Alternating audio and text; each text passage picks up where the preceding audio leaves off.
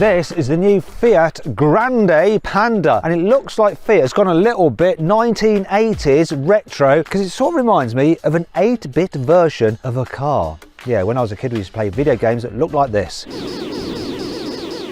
this car sort of reminds me of those.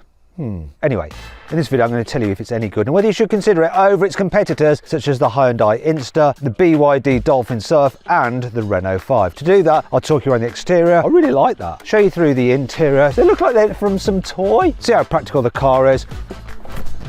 Catch it, come on. I'll take it for a drive and really frighten cameraman Lewis. And of course I'll tell you what's good about it. Ooh, oh hello. And what's not so good about it. Are you okay? Anyway, I'm Matt Watson and you're watching Car Wow. Let's start this video by talking about the design, and before you turn off the video because you think, oh, this is just an electric car, don't worry, you can get a petrol version and they look identical inside and out. More on that in a moment. So the design, I like it. It's sort of Minecrafty, isn't it? I love the design of the headlamps. They're just like big blocky squares, and you've got the square effect going over the grille. The asymmetrical Fiat badge there, looking very retro and cool. It's nice. I think it works in this colour. Some people don't like it. Here's some other colour options. I think that one is the best. Now, as we move down the side, alloy wheels start at 16 inches. Oh no, they don't. They start on steel wheels for the entry-level car. Then you get to 16 alloys and then 17s on this range topper. Now, as you look about the car, there's various like nods to Fiat's branding of the past. Like there's the old like 4 like stripes on old Fiats that you used to get there. I'll show you somewhere else you see them. Down the side, you got like Panda embossed into the door. That is cool. You got some roof bars on this top spec version. Entry-level models don't get that. You've got blacked out windows. Do you know what? It's a bit annoying that you can't deselect the blacked out windows because I'd rather not have them. I quite like the way that the door handles are contrasted though. That's nice. And then I want to show you a little feature that really reminds me of when I was a kid in the 80s, because you used to have these rulers which would have like this effect on them where if you looked at them from this angle you'd see a monkey, and if you looked at them from that angle you'd see a shark or something like that. Look, they've got that going on here. It goes from the word Fiat to Fiat's 4-stripe logo. Can you see that? Do you see that, Lewis? Have you seen it? Okay, we can move on. Let's move around to the back. It all gets very blocky and like plasticky, but not in a bad way. It sort of just feels like someone has increased the size of one of their toy radio controlled cars. There's more branding which is quite cool as well, like the Fiat badge there, once again embossed into the metal. And the way Panda is like this 3D effect badging there. I've never seen anything like that on a car. I really like that. It's clever. Oh, and look down here, more Fiat stripes there as well. Overall, I think this is a really good looking little car. I like it, I want it, and that's important. When you consider just how desirable looking this little car is, you'll be amazed at the price. It's really good value. So it starts at this, that is for the petrol version. For the electric version, it starts from that. This range topper electric version with all the bells and whistles is this much. Now this is how much its competitors cost. So you've got the Hyundai Insta, it starts from this. The range topper is that. The Renault 5, it starts from this. The range topper is that. The BYD Dolphin Surf, which doesn't look anywhere near as good as this, starts from this, and the range topper is that. The interior of the Fiat Grande Panda is as cool as the exterior. Now, this is the top spec version, so it's got everything on it. But have a look around the cabin. It's got so many features and details and coolness about it. In fact, do you know what? It does this thing where it sort of leans into its cheapness and affordability. And there's 2 areas where you can see that. The first is on the steering wheel centre boss. I mean, this, normally I would be like criticising Fiat for having such cheap feeling plastic here, but it sort of works. Like the design of it, because it's chunky, I'll let it go. And because it's got this expensive looking Fiat font in this sort of ceramic feeling paint. Nice. And then look at these air vents. They look like they're from some toy and they've just been stuck on. But once again, you forgive it because it just works with this highlighting going on and the chunkiness of them. I also like this around the infotainment system. Now this loop is supposed to be a nod to the old test track on the roof of the Fiat building. Look, it's even got a little old school Fiat Panda whizzing around it. I have found a problem though. It seems to be coming loose. Don't know whether that's just this car that's been abused by journalists, but there we go. Now, this being the top spec car, you get this like bamboo box effect thing. So this fibre is made from recycled bamboo and it looks like wood. It's even got imperfections in it like wood, though that imperfection is particularly imperfect for my liking. It's doing my head in a little bit. But, you know, I don't really mind because I then look at the seats, and I love the padded effect on them, and they're comfy and squidgy and just work. And I don't even mind that there's like cheap feeling plastics because they've got a cool colour to them and a nice texture, though I have noticed this problem. This does scratch quite easily. There's lots of scratches there already on the door, and I don't really want to do this, but I need to just illustrate to you. But it is a press car, and this is what it's for. Look, I put a scratch in it and it won't come out. You have kids in here like bashing it with their toys and stuff, it could look pretty messy pretty soon. Same with this stuff down here, the black shiny plastic down here. Yeah, that's going to scratch and get grubby as well. But these kind of materials, although cheap, look chunky and look cool. And actually some of this car doesn't feel cheap. These switches feel more expensive than on a BMW X3, though to be fair, these days that isn't saying much. Cameraman Lewis has noticed a few things. First one is this. You see this tray here? He says that reminds him of the sink on an old Caravan, and I sort of see his point. And then this bit here, he said that reminded him of when he was in like design and technology at school, and he had to make a key fob for his dad out of acrylic and sending it down. And I sort of see his point with that as well. But we can forgive this car because it all just kind of works and it's good value for money. Yeah, it's got character. The infotainment system isn't overly complex. There's not much going on really, but it's easy to use and you can easily connect your phone to it as well. And let's face it, you're just going to hook up your phone and use Apple CarPlay or Android Auto. Don't look at what I've been listening to. It's very embarrassing. There we go. Look, and it's reasonably zippy. And the graphics are fine. Digital driver's display there, which doesn't have much information, but it's got the most important thing, nice, big and clear, the speedo. It's also got your range and your charge and stuff like that. You can cycle through one or two menus and control a few things, but there's not really much going on there. You're not going to deal with that much. And these buttons on the steering wheel, they are one panel, like to save money, but at least they're not just touch sensitive buttons, so that's good. What's even better is this though. Climate control is separate to the infotainment screen. You have physical buttons. Now you do need to step up to the very range topper to get automatic climate control. Then though you get heated seats and heated steering wheel, which is nice. Down here you got two USB-Cs, 12-volt socket, wireless charging pad on this top spec version. In terms of practicality, you've got a decent sized glove box there. You've got this sync tray there. You've also got some storage in there as well. You've got a little bit of storage underneath here. Actually that's deep enough for a bottle, see? Then you've got some more bottle space there, and you can fit a bottle in the door bin, and even look, you can just about squeeze a big bottle in there as well. Plus that big bottle will go in there without getting in your way. Finally, if there is one grumble I have about the interior, it's this. Well, there's enough up and down action in the steering wheel. I just wish it would move a little bit closer, because I want it a bit closer, but I don't want to be closer to the pedals. So that's the only thing that annoys me slightly about the interior of this car. Other than that, it's pretty impressive for the price. The back seats on the Fiat Grande Panda are fairly decent for a small car. So headroom, I think that's good. Knee room, it is acceptable. Foot space, So if you have the petrol version, you have a deeper footwell, but on the electric version, which is obviously what this is, underneath the floor, the batteries, so the footwells aren't so deep. That does mean that you don't have quite so much under thigh support from the chairs because you can't like push your feet down so far. It's not terrible though, and I've got this seat in my usual driving position. I've raised it up slightly, but then I can just slide my feet underneath the chair in front, which makes it a bit more comfortable if you're going a longer distance in this car. So if I try the middle seat, you're going to get on this camera a great shot of my crotch. But now what I'm going to do is bring in cameraman Lewis. Come on, cameraman Lewis, and you get. And Drew John, James, that's it. So shoulder room, it's tight. Wait a minute, we're all wearing very similar coloured tops. Oh, yeah. On Wednesdays we wear pink. Anyway, it's tight, we're a bit wedged in, but for a small car, it's not bad, is it? No. And headroom, look at that, look! Even like with me pushing you out to the side, it's all right. Yeah. Okay, right, that's enough of getting cosy like this. I'm getting a little bit too much kind of like pastely red going on. Let's get out of there. Okay, so that's all right. Now what I'm going to do is I'm going to fit a child seat. See what that's like. So the Isofix anchor points, I just want to point this out first. I don't like the zippy ones. They're just, you always feel like the zip's going to break. Oh, and the anchor point's quite deep in there, but let's see if I can locate them easy enough with this. Okay. Door is just about wide enough, but I'm already encountering a slight problem. Yeah, this is the thing when the Isofix anchor points are like buried quite deep. A child seat with an annoying anchoring mechanism like this one has. Oh, there we go. Sometimes it works perfectly like that. Other times, like on this side, it doesn't. Are we on? Where's the latch? Are we in? Right, there we go, finally. Oh, lower that down. Getting out of breath doing this. Okay, the question is, can I spin this around without having to move the passenger seat forward? It's a win if we can. No. So that's going to have to be moved ever so slightly forward. It's not a deal breaker.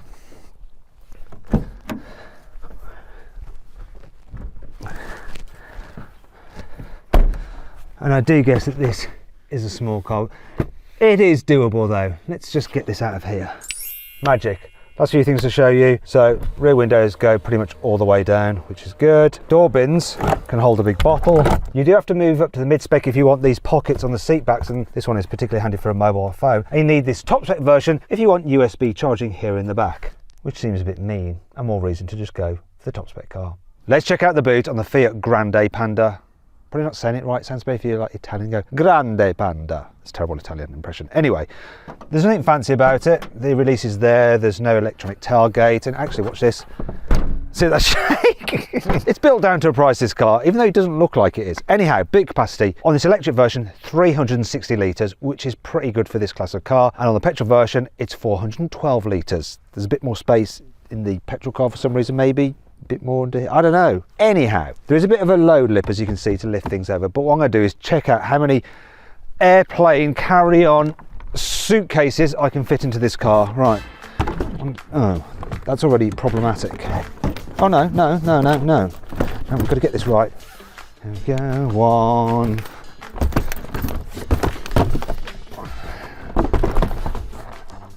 Oh no, 2. There is a knack. Watch. 3.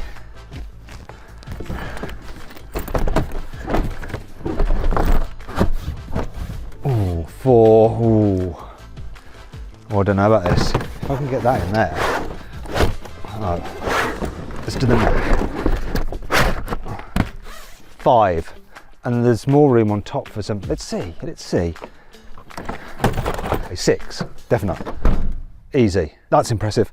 Okay, let's just get all these out. Quick smart.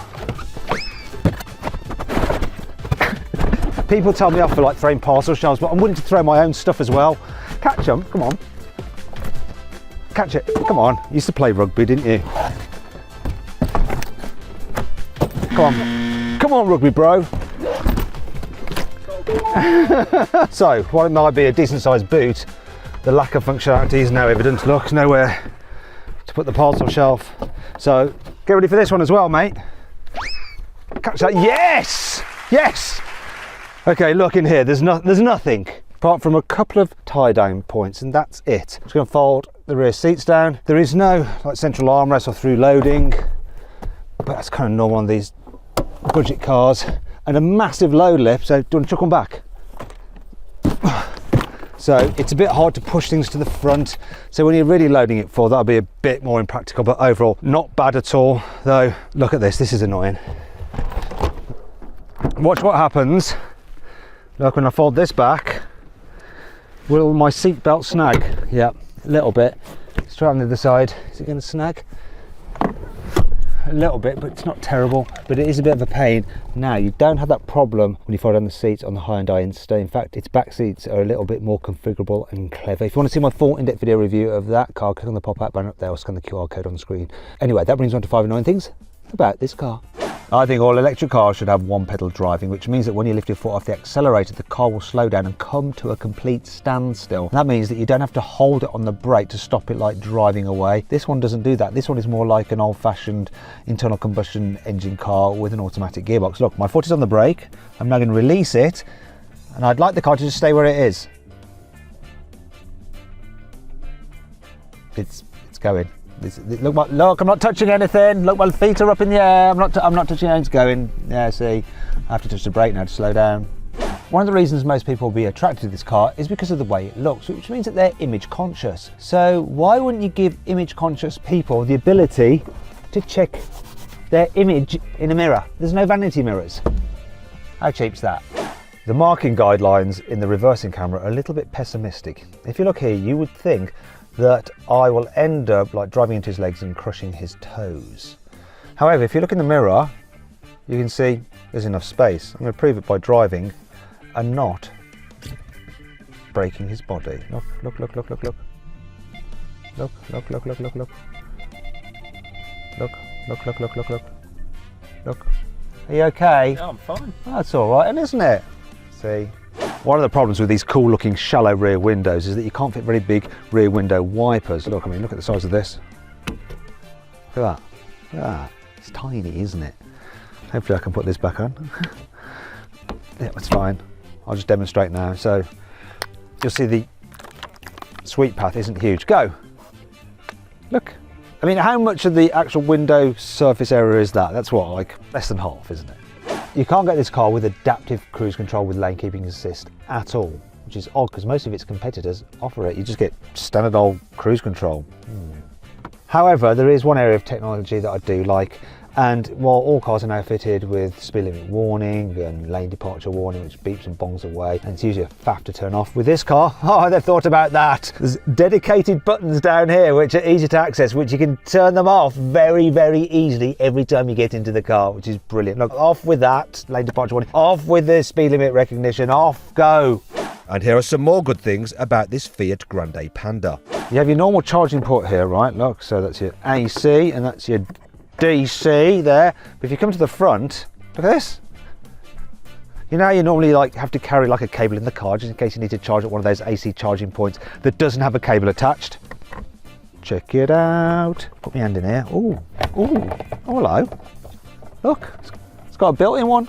No cables like rattling around the boot. That's good. A bit annoying though, if you fit the 11 kilowatt charging for AC to this car as an option, which is quite worthwhile doing, you can't then have this. Reason being is that if you have the 11 kilowatt charger, you need a bigger cable which won't go in there, so you don't get it. But still, it's a nice feature if you don't opt for the 11 kilowatt AC charging. Do you know what I wish? I wish that was just a normal another charging port so you could just pull in to charge like that. And you have another on the side. That would have been better. But still, it's better than nothing, isn't it? This car has a brilliant little slot where you can store your key when you're in the car. It's also got a way that you always know whether you've turned the car on or turned it off, and you're less likely to lose your key as well. Shall I show you what it is? You take that, you put that in that slot there, and to turn the car on, you know for sure you've turned it on because you turn it like that, and you can tell then that it's on. It's brilliant. And then when you go to get out of the car, you know where your key is, it's there, and you turn the car off, you take your key, it's in your hand, you don't leave it, your car's not still on, and then you can exit the vehicle like that, knowing that you're not going to lose your key. It's f***ing genius. While this Fiat only comes with like the normal 3-year warranty for the majority of the car, the battery is actually warranted for 8 years. So if you're a battery worrier and think, oh no, is the battery all going to die and stuff, it's warranted for 8 years and 100,000 miles. Probably not going to do 100,000 miles over 8 years, are you really? Not in something like this. It seems that more and more European car manufacturers are finally understanding that the Asian manufacturers do it best when it comes to backrests on a car. Rather than like some silly ratchet system you start to operate, you just have a lever and then you have a fast release. Oh yeah, and I tell you what, we all like a fast release. One of the great things about this Fiat Grande Panda is the fact that it's not one of those cars that you look at and go, oh, it's really super cool, but oh, it's electric, so it won't fit with my life because it's got a flat in London, got nowhere to charge it. Because you can get it with a 1.2 litre turbocharged petrol engine. That has 110 horsepower. Oh yeah, and it drives the front wheels by a 6-speed automatic gearbox. Does 0 to 60 in 10 seconds. This electric version has an electric motor with 113 horsepower, so the same horsepower. However, it's slower to 60 miles an hour because it weighs 1.5 tons as opposed to 1.3 tons for the petrol. 0 to 60 time on this is supposed to be 11.5 seconds. But what is the reality? Let's find out. Now, I'm normally used to front-wheel drive electric cars having a bit of wheel spin when they launch, but this probably won't because it hasn't got that much power. Let's see what the time is then. Specialist timing gear here, going to floor the throttle. 3, 2, 1, go. Very leisurely takeaway. Be fine actually though for away from the lights. Decent performance now. Feels quicker than 11 seconds, let's see. And I was correct. 10.16. So, by EV standards, no rocket ship. But, you know, for this kind of car, It's adequate.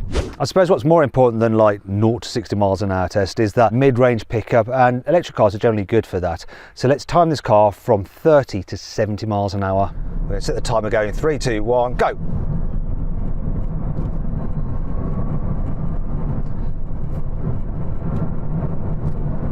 Okay, well, 68, I had to back off, didn't want to break the law. But you get the idea. It's not the fastest, but it's got enough punch to be able to overtake stuff.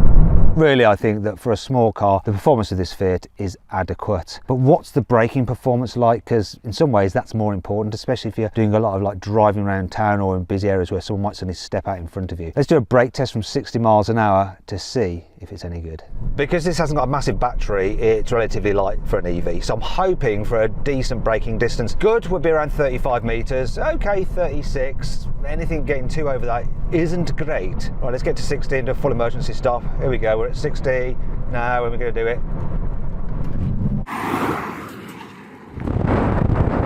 It took ages to get to 60. What did we do? Really good. Yeah, that lightweight did the job absolutely. 33 metres. Now, while the braking performance is really good, what actually matters is how easy it is to control the braking, because sometimes in electric cars, they can be a little bit grabby. So let's try it round town and see how smooth it is to drive and generally how easy it is to live with. Okay, I'm going to test it now. So just gently brushing it. I don't think that's too grabby at all. I've definitely felt worse in electric cars. I'm going to give it more of a little kind of... No. That's quite smooth. I can't really tell the difference between the regen and the normal friction brakes, though I am very cross that I'm having to press the brake pedal at all because it hasn't got that blooming one pedal drive. Anyway, rest of it though, because you sit reasonably high, higher than in a normal hatchback, view forward's great. These pillars are quite big, but the door mirrors are large enough. The back window is quite small, and problem, the rear pillar is one big blind spot. I'm not happy about that. That does just impair the overall visibility. Right, let's come to the turning circle. It's pretty decent. This is the turning circle, and this is how it compares to some of its key competitors. So, let's give it a go. I've got a truck behind me. Hopefully I won't annoy it. Now, I haven't got surround cameras. We've got all-round parking sensors, but parking sensors are pessimistic. I think I'm going to do this. It's saying it's fine. Loads of space. Right, so I'm doing quite a lot of little bit of braking here, and it's not too jerky. And then I want to show you this. Look, finger steering, light steering, good in town. You're going to be driving this car around in town quite a lot. It does a good job of it. I've not got anything else to say about it really.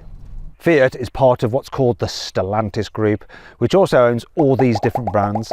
And what they like to do is use lots of parts across a whole range of different cars, across different manufacturers. So this underneath is the same pretty much as a Citroen EC3. However, a few things have been tweaked, such as the suspension. So they've tried to make it a little bit more firm to make the car just a bit more sporty.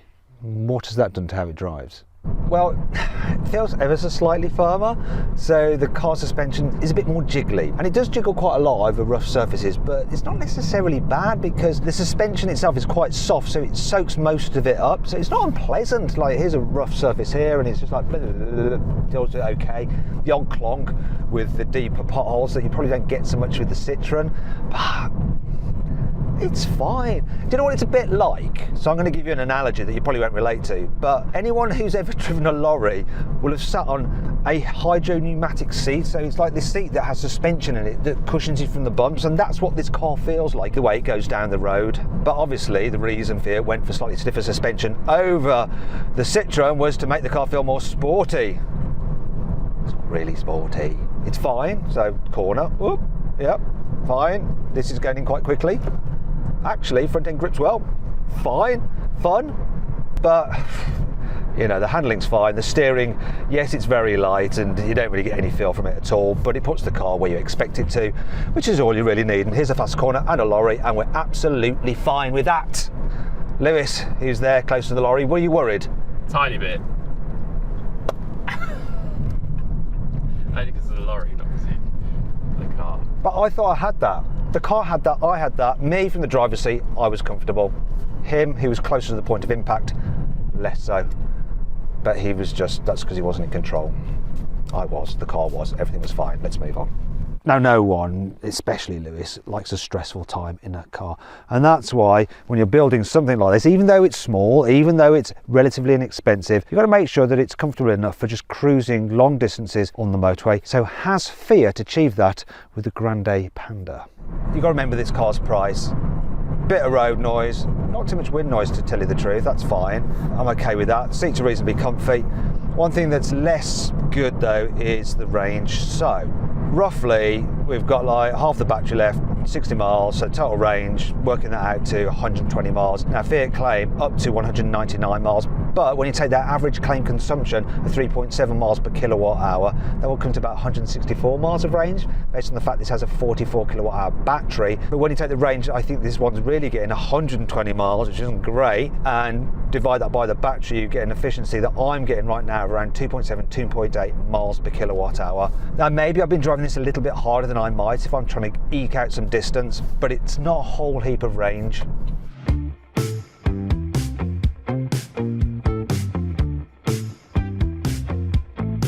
So then what's my final verdict on the new Fiat Grande Panda? Should you avoid it, consider it, shortlist it, or just go right ahead and buy it?